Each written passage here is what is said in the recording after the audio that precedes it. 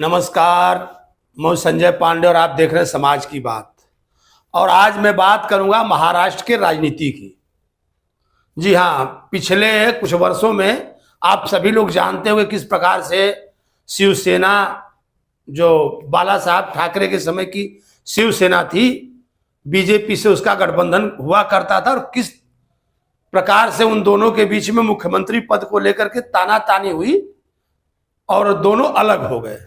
अलग होने के बाद उसमें से शिंदे गुट बाहर निकल करके असली शिवसेना बन करके बीजेपी के साथ आया। और बीजेपी के साथ आने के बाद एक दिन के डिप्टी सीएम देवेंद्र फडणवीस के साथ में जो बने थे अजीत पवार, वो भी अपनी पार्टी तोड़ करके बीजेपी के साथ सहयोग में आए। तो अगर देखा जाए तो महाराष्ट्र की राजनीति ऐसी है कि यहां पर किसी एक पार्टी को पूर्ण बहुमत कब मिला था शायद हमें ध्यान नहीं है, क्योंकि यहाँ की ऐसी संरचना है कि यहाँ की जो पार्टियां हैं, शहरों में मुंबई और उसके अगल बगल के इलाके में किसी पार्टी की पकड़ है, तो मराठवाड़ा में किसी की है, तो विदर्भ में किसी की है। इस तरह के यहाँ पर जो राजनीतिक पार्टियां उनकी पकड़ है। और देखा जाए तो जो शरद पवार थे उनकी पार्टी टूटी और उनके भतीजे अजीत पवार उनसे अलग हो गए। अजीत पवार का कहना था कि चाचा 80 साल के ऊपर हो गए, अभी पार्टी से कब्जे नहीं छोड़ रहे हैं और अपनी लड़की को आगे बढ़ा रहे हैं। यानी परिवारवाद जिस तरह से हावी है। और वहीं पर उद्धव ठाकरे थे, उद्धव ठाकरे अपने बेटे को प्रमोट करना चाहते थे। और ये सब जो बातें थी कहीं ना कहीं महाराष्ट्र में जो राजनीति में उथल पुथल मचाए हुए थी।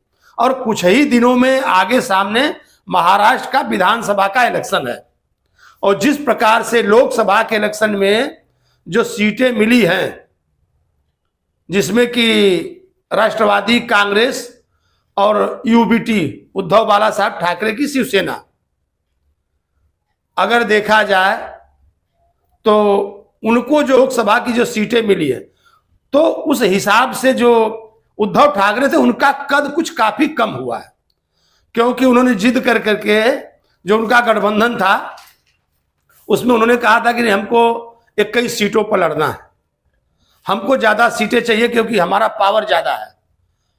और हुआ यही, जबकि उनका स्ट्राइक रेट बड़ा गड़बड़ रहा। अगर देखा जाए तो शरद पवार को 10 सीटें मिली, उसमें से उन्होंने 8 जीती। कांग्रेस को कुछ 17 सीटें मिली, उसमें उन्होंने 13 जीता। तो कांग्रेस का और राष्ट्रवादी का जो कद बढ़ा, उससे जो शिवसेना यूबीटी है उसका कद काफी कमजोर हो गया, और जो उनकी बार्गेनिंग पावर थी वो काफी कम हो गई। क्योंकि अभी जो उनमें आपस में चर्चा हो रही थी, संजय राउत ने कहा कि उद्धव ठाकरे जी को आगे करके मुख्यमंत्री का चेहरा करके चुनाव लड़ना चाहिए, तो शरद पवार जी ने उसको साफ साफ मना कर दिया, नहीं बोले ये सब चर्चाएं हम बाद में करेंगे। और अभी जो यहाँ 288 सीटों पर विधानसभा में जो फार्मूला था कौन कितना सीट लड़ेगी, तो तीनों पार्टियां 96 तीनों बराबर के फार्मूले पे आ गई। यानी अब शिवसेना यूबीटी यहां पर बड़ा भाई नहीं रही, सभी समान हो गए, कोई किसी से बड़ा और किसी से छोटा नहीं रहा। और ये बात कहीं ना कहीं अगर देखा जाए तो यूबीटी का जो कद है वो उसको काफी कुछ कमजोर कर रहा है। और आने वाले जब इलेक्शन में सीटों का बंटवारा होगा तो कौन पार्टी अपने खाते से किसको कितना सीट देती है, क्योंकि सभी के कहीं ना कहीं कोई ना कोई मित्र होंगे। और ये तो हो गई बात जो यहां पर विपक्ष है उसकी, कि किस प्रकार से लोकसभा में उनकी जो सीटें बढ़ी थी उससे उनके हौसले बुलंद थे, और बुलंद होने के बाद उनके जो आपस में सीटें हैं उनके आपस में अपनी अपनी बार्गेनिंग पावर बढ़ी है। अब ठीक उसके उल्टा लीजिए, जो यहां पर सरकार चला रहे हैं, जो अपने आप को असली शिवसेना का दावा कर रहे हैं एकनाथ शिंदे जी, और बीजेपी के देवेंद्र फडणवीस, और असली राष्ट्रवादी के अजीत पवार, देखा जाए तो इन तीनों में भी कहीं ना कहीं सीटों को लेकर के यही दाव पेच फंसेगा। और फंसने की तो बात छोड़िए, जिस प्रकार से बीजेपी की सीटें यहां पर घटी, सीटें तो सबकी घटी, लेकिन बीजेपी की जो लोकसभा की सीटें घटी, इससे कहीं ना कहीं वो काफी प्रेशर में है। और मैं आपको बताता चलूं कि उसका जो प्रेशर दिखना है वो दिख रहा है। क्योंकि अभी भी हाल में बजट पेश हुआ और यहाँ के वित्त मंत्री डिप्टी सीएम अजीत पवार ने बड़ी लोक लुभावन योजनाओं को आगे बढ़ाया है। अभी उन्होंने कहा कि हर महिला को जो 21 साल से 65 साल की है उसको 1500 रुपये मिलेंगे, 3 गैस के बाटले दिए जाएंगे, जो युवा हैं उनको आगे कुछ सीखने के लिए 10-10 हजार रुपये दिए जाएंगे। इस तरह की तमाम योजनाओं का उन्होंने एक तरह से देखा जाए तो अंबार लगा दिया है।